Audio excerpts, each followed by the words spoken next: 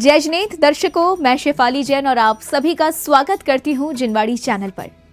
दर्शकों, आज हम आपको सर्वश्रेष्ठ साधक परम पूज्य आचार्य श्री विद्यासागर जी महाराज के परम प्रभावक शिष्यों में से एक परम पूज्य मुनिश्री पूज्य सागर जी महाराज की वैराग्यमयी जन्म से तब तक की जीवन यात्रा दिखाने जा रहे हैं, जिन्होंने संसार की असारता को छोड़ राग से वैराग्य की ओर अपने कदम बढ़ाए और एक सच्चे गुरु की शरण प्राप्त की। तो आइए दर्शकों, जिनवाड़ी चैनल की विशेष प्रस्तुति के माध्यम से देखते हैं पूज्य मुनिश्री पूज्य सागर जी महाराज की जन्म से लेकर तब तक की जीवन यात्रा। उत्तर प्रदेश राज्य का जिला ललितपुर बेतवा, धसान और जामनी नदियों का प्रमुख केंद्र माना जाता है। नदियों के कल कल बहते शीतल जल से ललितपुर का वातावरण मनोरम बना रहता है।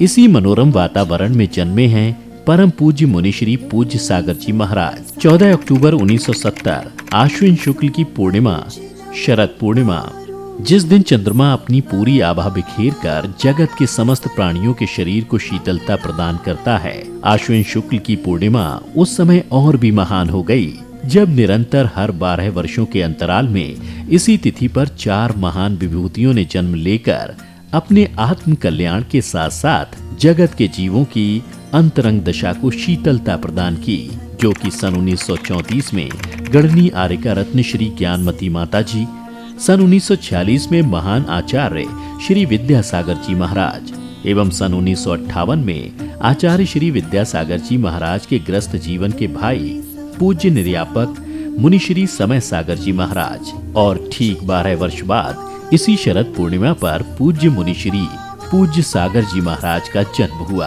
एक संयोग ऐसा भी बना जब दीक्षा हुई। दीक्षा लेने वालों में 22 ब्रह्मचारी भैया जी में से मुनिश्री पूज्य सागर जी महाराज का 12वां नंबर था। 14 अक्टूबर 1970 को स्वर्गीय श्री हजारीलाल जैन बड़कुल और स्वर्गीय श्रीमती कमलाबाई जी जैन बड़कुल के घर में तीसरी संतान के रूप में एक नन्हे बालक ने जन्म लिया। बालक की किलकारियां सुनकर परिवार में खुशियों की लहर दौड़ गई। परिवार के सभी लोग बधाई देते हुए खुशियां मनाने लगे। जन्म के बाद बालक का तेज स्वरूप और मासूम चेहरा परिवार के सभी लोगों को हर्षित करने लगा। फिर माता पिता ने बालक का नाम रखा रमेश। रमेश यानी परिरक्षक। बचपन से ही रमेश सबके लाडले रहे। माता पिता और 2 बड़े भाइयों से रमेश को हमेशा प्यार दुलार मिलता रहा। इसके साथ ही परिवार के धार्मिक संस्कारों का भी प्रभाव रमेश के जीवन में सीधा पड़ा। बचपन से ही रमेश की रुचि शिक्षा के साथ धर्म के प्रति भी बढ़ने लगी। अपने माता पिता और भाइयों के साथ पूजा पाठ और मंदिर में जाकर धर्म ध्यान करना मानो उनकी दिनचर्या में ही शामिल था। परिवार से मिले संस्कारों को निभाते हुए रमेश ने अपनी प्रारंभिक माध्यमिक शिक्षा के अलावा संपूर्णानंद संस्कृत विश्वविद्यालय बनारस से शास्त्री की शिक्षा प्राप्त की। वहीं स्याद्वाद महाविद्यालय भदैनी घाट श्री सुपार्श्वनाथ जी भगवान की जन्मस्थली पर रहकर शिक्षा ग्रहण की। मात्र 17 वर्ष की उम्र में रमेश को सन 1987 ललितपुर में ग्रीष्मकालीन वाचना करने आए परम पूज्य आचार्य श्री विद्यासागर जी महाराज सत्संग की सेवा शुश्रूषा करने का सौभाग्य प्राप्त हुआ।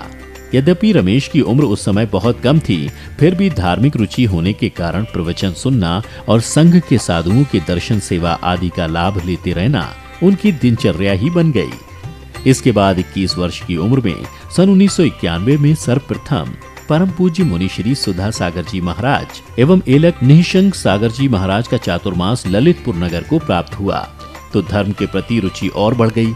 इसके बाद पुनः 1993 में परम पूज्य मुनिश्री सुधा सागर जी महाराज एवं क्षुल्लक गंभीर सागर जी महाराज, क्षुल्लक धैर्य सागर जी महाराज का चातुर्मास ललितपुर में हुआ।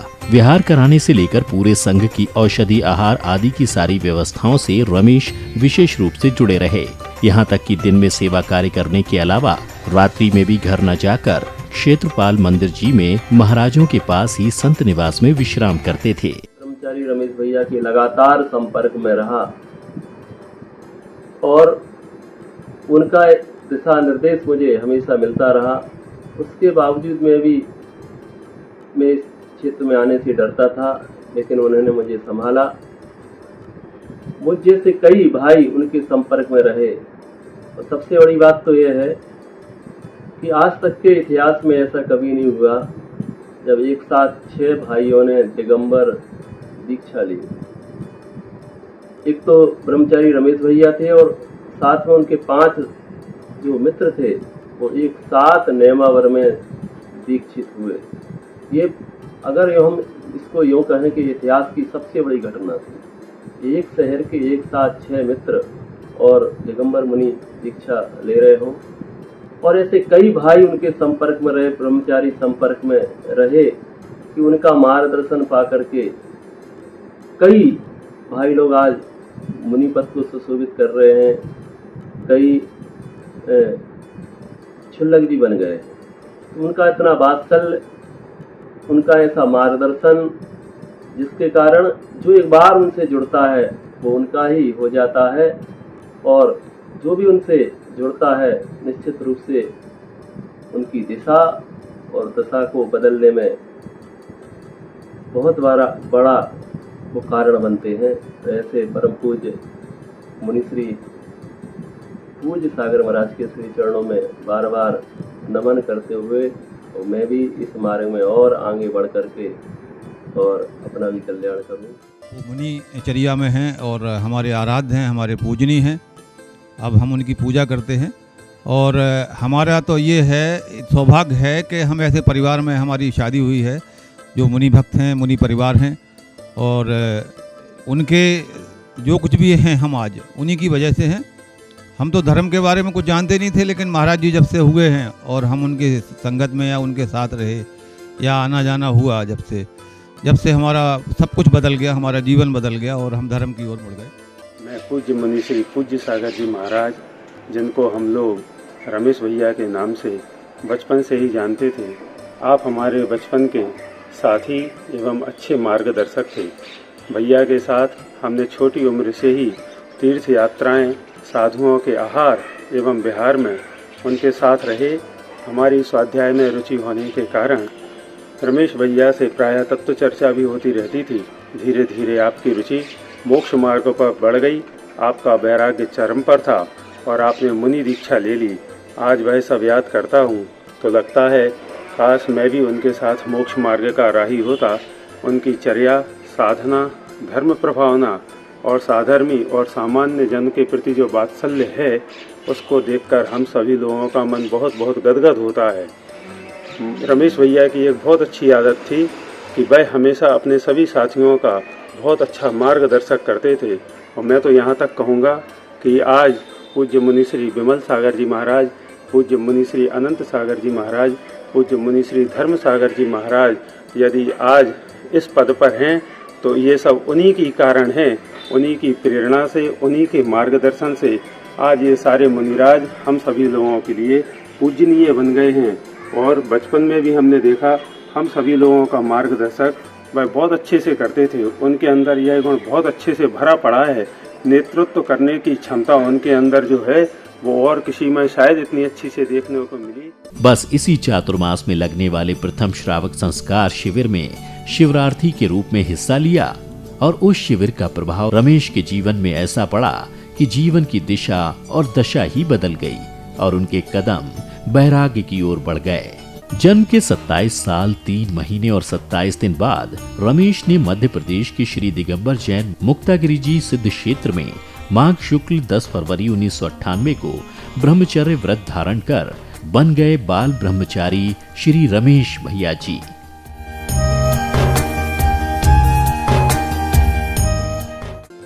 मुनि श्री सुधा सागर जी महाराज के विहार के बाद हम सभी साधर्मी भाई श्री क्षेत्रपाल मंदिर जी में श्री शांतिनाथ की वेदी पर पूजा भक्ति करते थे, स्वाध्याय करते थे। 1993 चातुर्मास निश्चित होने पर ब्रह्मचारी रमेश भैया के मार्ग निर्देशन में मुनिश्री का विहार कराया। चातुर्मास में प्रतिदिन मुनि संघ की आहारचर्या और सिद्धिदान भैया व्यक्ति में उनकी विशेष रुचि थी। आहारचर्या के बाद ही भोजन करने घर जाते थे।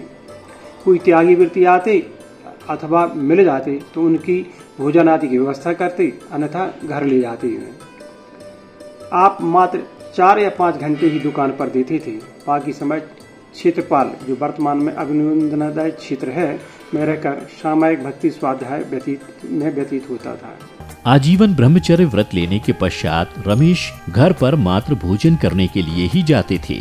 बाकी पूरा समय अपने ही नगर ललितपुर के दिगंबर जैन मंदिर क्षेत्रपाल जी में ही धर्म ध्यान में व्यतीत करते थे। क्षेत्रपाल मंदिर में श्री शांतिनाथ भगवान की वेदी पर रमेश के साथ 9 साधर्मी भाई पूजा करते थे।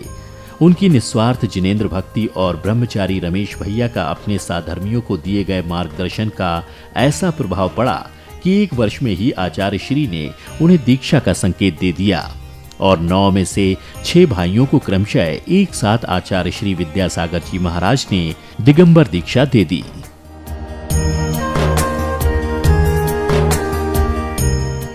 तो हमने बहुत कुछ सीखा है मुनि श्री पूज्य सागर जी से गृहस्थ जीवन में। उनका कहना हमेशा ही रहता था कि जहाँ भी रहो, जैसे भी रहो, राग देश से बचो। बस वही स्वाध्याय है, वही पढ़ाई है, वही सब कुछ है। अपना अपन को समाज में रहना है, परिवार में रहना है, राग देश से बच के रहना है। जब हम लोग बनारस शास्त्री की परीक्षा देने गए तो उधर जो गुरुकुल में भैया लोग रहते थे और जहाँ हम लोग संपूर्णानंद संस्कृत महाविद्यालय में परीक्षा देने जाते थे, तो वहाँ के टीचर और छात्र देखते थे कि नीची निगाह करके और कहीं भी इधर उधर नहीं देखते थे परीक्षा में। केवल अपना पेपर हल करना है और चुप और नंगे पैर जाते थे। गर्मियों के दिन थे हम लोग। धर्म प्रभावना में आगे बढ़ते हुए मुनि श्री पूज्य सागर जी महाराज ने अनेक मांगलिक एवं धार्मिक अनुष्ठान संपन्न करवाए, जिनमें विधान, वेदी प्रतिष्ठा, शिलान्यास, पाठशाला, पंचकल्याणक आदि शामिल हैं। मुनि श्री की प्रेरणा से छिंदवाड़ा, ललितपुर, गोटेगांव, टीकमगढ़, शाहगढ़ आदि क्षेत्रों पर चांदी के रथ, विमान, पांडुकशिला, पालकी, धर्मशाला, संत निवास, भूमि क्रय अनेक विशिष्ट कार्य हुए हैं। मेरा नाम विजय कुमार जैन है। हम अपने परिवार में 4 भाई हैं।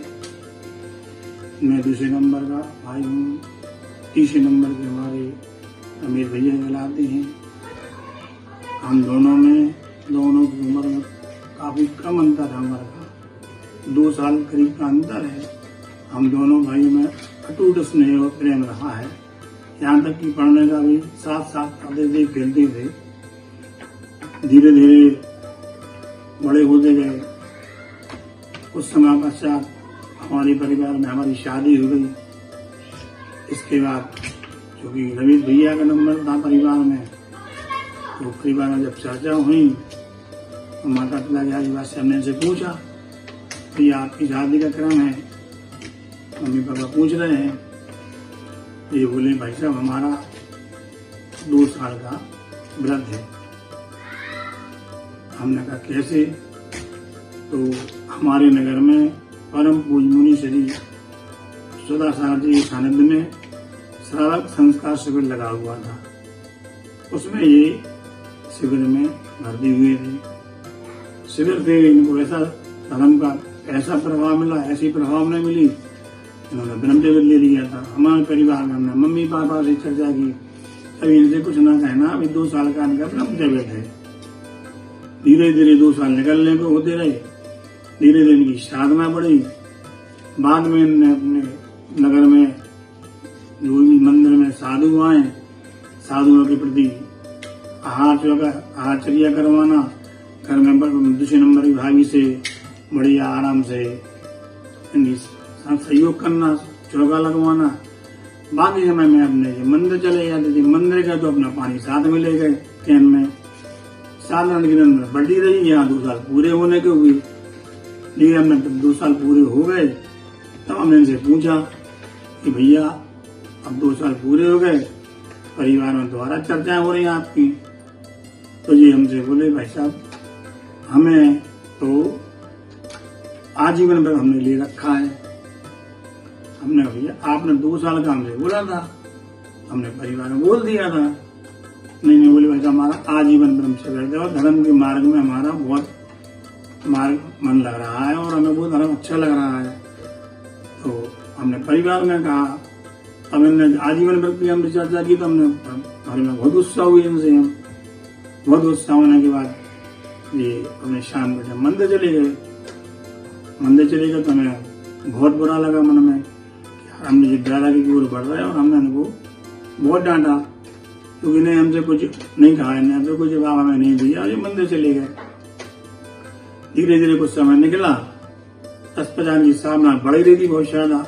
बहुत सामना बढ़ने के बाद एक दिन 22/4/1999 में इनकी दीक्षा हो गई। दीक्षा हुई तो हम लोगों को एकदम खुशी की लहर दौड़ गई। पूरे परिवार में, पूरे शहर में, पूरे मोहल्ले में बड़ी खुशियां हुई। चातुर्मास के अलावा मुनिश्री पूज्य सागर जी महाराज के सानिध्य में सन 2015 में चंदेरी, सन 2017 में गुना, खिमलासा के अलावा दमोह, जबलपुर, बीना, बारह, नेमावर, कुंडलपुर में पंच कल्याणक महोत्सव के माध्यम से कई जिन प्रतिमाओं को प्रतिष्ठित कर पूजनीय बनाया। पूज्य सागर महाराज जी के दृष्ट अवस्था के छोटे भाई, जैसा कि जब मैं छोटे थे तो रमेश भैया, ब्रह्मचारी भैया बन रहे थे तो हमें साथ में ले जाते थे। कहीं नगर में वृत्ति भैया आए तो हमसे बोलते थे आप मंदिर में देख के आओ कि ब्रह्मचारी भैया तो नहीं आए हों तो उनको भोजन के लिए निमंत्रण बोल के आओ। वो तो भी नगर में साधु आए, साधु जी जब तक आहार की व्यवस्था नहीं देख लें, अपने सुचारू रूप से उनके आहार कराना, देखना और व्यवस्थित जब तक महाराज रहा उसके बाद आगे भोजन करते थे, चाहे वो जितना चाहे समय हो जाए। और जब भी ऐसी स्थिति बनती थी नगर में कोई साधु का विहार होना, आना जाना व्यवस्थित हो जाए, नगर में कोई साधु ऐसे लड़े तो उनको अस्वस्थ हैं तो उनकी औषधि की व्यवस्था रात और वो महाराज जी के पास ही रहते थे हमेशा। मतलब जब तक उन्हें ऐसा लगता था महाराज जी स्वास्थ्य ठीक ना हो जाए तो उनके लिए औषधि की व्यवस्था, दोस्तों के साथ जाना, दोस्तों को भी ले जाना, सबको प्रेरणा देना, तो भैया चलो महाराज जी हैं अपने यहाँ, उनकी भैया करना है। आहार में सुबह से दीदियों को बुलाकर उनकी व्यवस्था देखना, तो दीदियाँ आ जाएँ तो जो साधु के जो है निर्विकल अच्छे से आहार हो जाएँ। ऐसे उनकी उदार भावना हमेशा रहती थी। कोई नगर में साधु आ जाएँ ऐसे प्रफुल्लित आते जाते थे, आगे आते। आज उनकी ऐसी भावना आज उनको इतने बड़े पद पर ले रही है। आज उनका इतना महान पद मिल गया उनको, आचार्य भगवान के हाथों से उनके दीक्षित हुए हैं, इतने महान आचार्य भगवान के दीक्षित हुए हैं। आज उनके जो है पुण्य की वजह से हम सब अच्छे व्यवस्थित हैं, अपना परिवार, हमारा परिवार सब पूर्ण व्यवस्थित है और धर्म ध्यान कर रहे हैं। उनका आशीर्वाद ऐसा है कि हम सब बढ़िया धर्म ध्यान कर रहे हैं और आचार विचार से अच्छे हैं। उनके चरणों में बारंबार नमोस्तु नमोस्तु। सागर महाराज जी बहुत ही ज़्यादा शुरू से ही इतने ज़्यादा वो थे कि आज के टाइम पे भी हम लोग प्रेरित हो रहे हैं उनसे, और ये हम लोग का सौभाग्य है कि हम लोग पूज्य सागर महाराज जी के गृहस्थ जीवन के भतीजा कहलाते हैं। धन्यवाद। फिर सन 2010 में सिद्ध चक्र महामंडल विधान शाहगढ़, खरगापुर में त्रिलोक मंडल विधान और सन 2011 में इंद्रध्वज महामंडल विधान टीकमगढ़, 2011 में मडावरा कल्पद्रुम विधान, 2012 में कारी और 2013 में बंधा जी में कल्पद्रुम विधान, 2014 में मंडी बामोरा में सिद्ध चक्र महामंडल विधान, 2015 में ईसागढ़ सिद्ध चक्र महामंडल विधान, 2015 में शिवपुरी में सिद्ध चक्र महामंडल विधान, नंदीश्वर विधान, 2016 में 24 संवत्सरण विधान, 2017 में बीना में श्री सिद्ध चक्र महामंडल विधान, 2017 में ललितपुर, 2018 में विदिशा में संवत्सरण महामंडल विधान। मैं मुनिश्री के बारे में क्या बोलूं, मेरा तो पूरा परिचय ही उनसे है। जब मैं इस घर में आई थी तो मैं केवल इतना ही जानती थी धर्म के नाम पे कि मंदिर जाना और रात्रि भोजन ना करना। यहाँ पे आके मैंने सासू जी से धार्मिक संस्कार सीखे। मेरे राजू भैया जब गृहस्थ जीवन में थे तो वो बहुत ज़्यादा सीधे थे। कई जन्मों के पुण्य से कोई मुनि बनता है, और अगर किसी घर में एक व्यक्ति मुनि बन जाता है उसका पूरा उद्धार हो जाता है। मैं भी चाहती हूँ कि मैं महाराज श्री से कुछ नियम संयम ग्रहण करूँ और उनके बताए हुए मार्ग पे चल सकूं। धरती के चलते फिरते भगवान आचार्य गुरुवर श्री विद्यासागर जी महाराज की छत्र छाया में मुनिश्री पूज्य सागर जी महाराज ने अपनी चातुर्मास की शुरुआत की। गुरुदेव के साथ लगभग 10 चातुर्मास होने के बाद फिर मुनिश्री पूज्य सागर जी महाराज ने पृथक रूप से वर्ष प्रतिवर्ष धर्म प्रभावना करते हुए विभिन्न स्थानों पर चातुर्मास के द्वारा लोगों को प्रभावित किया। आचार्य श्री के साथ करेली, छिंदवाड़ा, सागर, जबलपुर, कुंडलपुर, बीना, बारह, नेमावर और पुनः कुंडलपुर 2022 में पंच कल्याणक में सहभागिता की। इसके बाद बबीना 2015, चंदेरी 2017, गुना, खिमलासा, सागर, दमोह, फिर से जबलपुर, भेड़ाघाट, एक बार फिर जबलपुर में भी पंच कल्याणक संपन्न करवाए। पूज्य सुधा सागर जी महाराज, नगर गौरव पूज्य सागर जी महाराज, ऐलक धैर्य सागर जी महाराज, क्षुल्लक गंभीर सागर महाराज का 2022 का चातुर्मास की भव्य आगवानी, जिसमें जैन, जैनेतर, नगर वासी, नगर से इतर सभी लोगों की हजारों की जन सैलाब महाराज श्री के आगवानी में सब एकत्र हुए। इसके पश्चात नगर में ऐतिहासिक एवं अतिशय युक्त ऐसे कार्य हुए जिनको भुलाया नहीं जा सकता, जिसमें ललितपुर नगर का जो चातुर्मास है वो कौन भूल सकता। आंखें धन्य हो गई, जीवन धन्य हो गया। उस चातुर्मास के हम सब साक्षी बने। महाराज श्री जब पूज्य सुधा सागर महाराज जी के साथ श्री जी का संस्कार करते थे, देखकर मन हर्ष, विफुल्लित, आनंदित हो जाता था। उसके पश्चात जब महाराज जी का यहाँ से विहार हुआ देवोदय तीर्थ देवगढ़ जी के लिए, शतोदय, शांतोदय, जखौरा, देलवारा होते हुए जहाँ पर महाराज श्री के सानिध्य में जीर्णोद्धार एवं नवनिर्माण कार्य हुए। नगर के जितने भी मंदिर थे ललितपुर के, कितना महाराज श्री का सौभाग्य है कि जहाँ महाराज श्री का जन्म हुआ, जहाँ प्रत्येक मंदिर में महाराज श्री ने पूजन की, जहाँ दर्शन करते थे, उन्हीं मंदिरों का जीर्णोद्धार एवं नवनिर्माण महाराज श्री के सानिध्य में हुआ। महाराज श्री के हम सभी महाराज श्री के पुण्य की सराहना करते हैं। बांसी का भी पंच कल्याणक अतिशय युक्त था। महाराज श्री के श्री चरणों में इस निवेदन के साथ, इस आशा के साथ, इस उम्मीद के साथ महाराज श्री का आशीर्वाद सदा यूं ही बना रहे, हम लोगों का भी जीवन सार्थक हो। कुंडलपुर में ग्रीष्मकालीन प्रवास के दौरान तपों की तेज गर्मी के दिनों में दोपहर 12 बजे खुले मैदान में सूर्य की ओर मुख करके 3 घंटे तक खड़े होकर सामायिक की। कई बार सामायिक में बारिश भी हुई, लेकिन उनकी तपस्या पर प्रकृति का कोई असर नहीं हुआ। अभ्यास करते करते 25 घंटे लगातार एक पाटे पर बैठे रहना उनके लिए सामान्य बात बन गई थी। उनके द्वारा क्रमशः 2, फिर 3, 4, 5 उपवास लगातार किए गए। परम पूज्य निर्यापक मुनिश्री योग सागर जी महाराज ससंग 70 पिच्छीधारी साधुओं के सानिध्य में हुए सबसे बड़े पंच कल्याणक में मुनिश्री पूज्य सागर जी महाराज ने अपने ससंग सहित उपस्थित होकर दोनों अनुष्ठानों में अहम भूमिका निभाई। इसी प्रकार मुनिश्री पूज्य सागर जी महाराज को सबसे बड़ा सौभाग्य जब मिला जब वे 18 साल बाद अपनी दीक्षा स्थली नेमावर सिद्ध क्षेत्र पहुंचे और उन्हें वहां विराजमान आचार्य श्री जी के दर्शन प्राप्त हुए।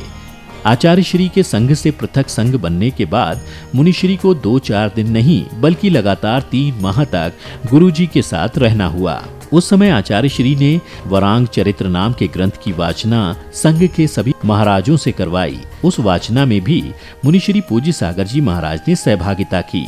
आचार्य श्री ने अपने संघ के 40 महाराजों में से 30 महाराजों का विहार तो अलग अलग कर दिया था, लेकिन मुनिश्री पूज्य सागर जी महाराज को परम पूज्य निर्यापक श्रीमण मुनिश्री योग सागर जी महाराज के साथ रखा। साथ ही संघ को प्रसन्न रखने के 3 तरीके भी अपने जीवन में अपनाए। छोटे साधु हमेशा अपने से बड़े महाराज संघ नायक से पूछकर ही हर कार्य करें। संघ के छोटे महाराज, जैसे मैं अपनी बता रहा हूँ, जो भी सामाजिक प्रभावना करें उसका श्रेय संघ नायक को ही दें। उनकी वजह से यह अच्छा कार्य हुआ है और संघ के हर कार्य की अनुमोदना पीठ पीछे भी करें एवं उनकी विनय का हमेशा ध्यान रखें। बड़े महाराज भी जब बड़े जैसे नहीं रहते, छोटे को अत्यधिक वात्सल्य देते हैं तो उनके स्वास्थ्य, उठने बैठने, कक्षा, प्रवचन आदि का ध्यान रखते हैं। संघ का कोई निर्णय हो तो सभी साधु और पास बैठे बड़े महाराज समाज को बताएं। सामाजिक कार्यों में 1-2 व्यक्ति को ही प्रोत्साहित ना करें, बल्कि हमेशा पूरी कमेटी या समाज के सामने ही सामाजिक निर्णय लें। पाप तमोबितानम, पाप रूपी अंधकार का विस्तार। कैसा लग रहा सुनने में? कभी सोचा था इस बितानम शब्द का ऐसा अर्थ है? यहाँ पर क्या किया बोलो?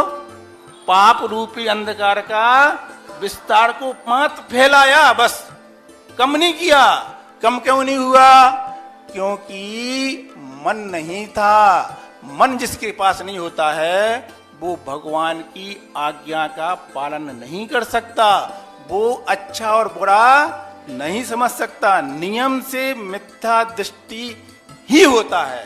मिथ्या दृष्टि का मतलब पाप का विस्तार को बढ़ाने वाला। गुरु की सेवा के साथ ही मुनि श्री पूज्य सागर जी महाराज ने अपने मंगल प्रवचनों के माध्यम से लोगों को न सिर्फ धर्म की ओर प्रेरित किया, साथ ही साथ श्रावक जनों को अपना जीवन सार्थक बनाने के लिए सही दिशा भी दिखलाई। मध्य प्रदेश के जिला दमोह की पावन भूमि कुंडलपुर में भी परम पूज्य सर्वश्रेष्ठ साधक आचार्य श्री विद्यासागर जी महाराज सत्संग सानिध्य में फरवरी 2022 में आयोजित हुए भूतो न भविष्यति ऐतिहासिक पंचकल्याणक महामहोत्सव में प्रेरणा एवं मार्गदर्शन देकर मुनि श्री पूज्य सागर जी महाराज ने चातुर्मास के दौरान पंचकल्याणक प्रतिष्ठा महामहोत्सव में अपनी भूमिका निभाई और धार्मिक गतिविधियों को संपादित किया।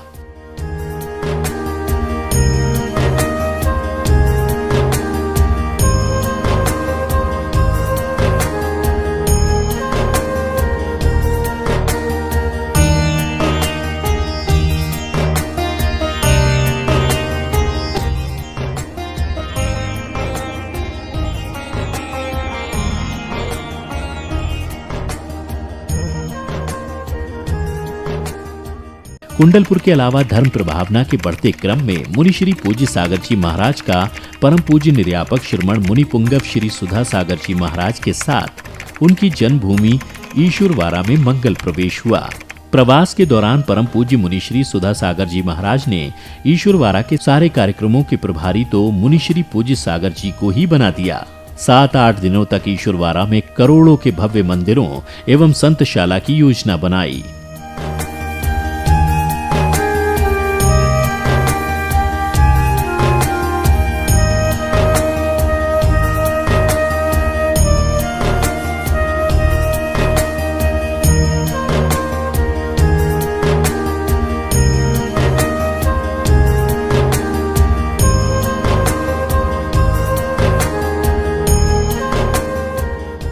मुनि श्री पूज्य सागर जी महाराज वर्ष 2022 का भव्य चातुर्मास अपनी जन्मभूमि ललितपुर में परम पूज्य निर्यापक श्रमण मुनि श्री सुधा सागर जी महाराज के सत्संग के साथ कर रहे हैं और वैराग्य मार्ग को गतिमान करते हुए धर्म के सार को जन जन तक पहुंचा रहे हैं। ललितपुर में निर्यापक श्रमण मुनि पुंगव श्री सुधा सागर जी महाराज और मुनि श्री पूज्य सागर जी महाराज के निर्देशन में भारतवर्ष का प्रसिद्ध मंदिर बन रहा है।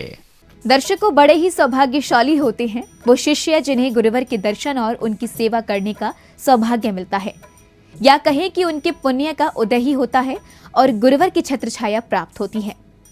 दीक्षा के बाद भी परम पूज्य मुनि श्री पूज्य सागर जी महाराज के जीवन में ऐसे कई अवसर आए जिसमें उनको परम पूज्य सर्वश्रेष्ठ साधक आचार्य श्री 108 विद्यासागर जी महाराज के दर्शन और सेवा शुश्रूषा करने का शुभ संयोग बना।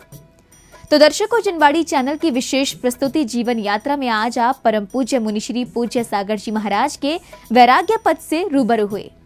इस विशेष प्रस्तुति में अभी समय है आपसे विदा लेने का, तो दीजिए मुझे आज्ञा और आप देखते रहिए जिनवाड़ी चैनल। जय श्री।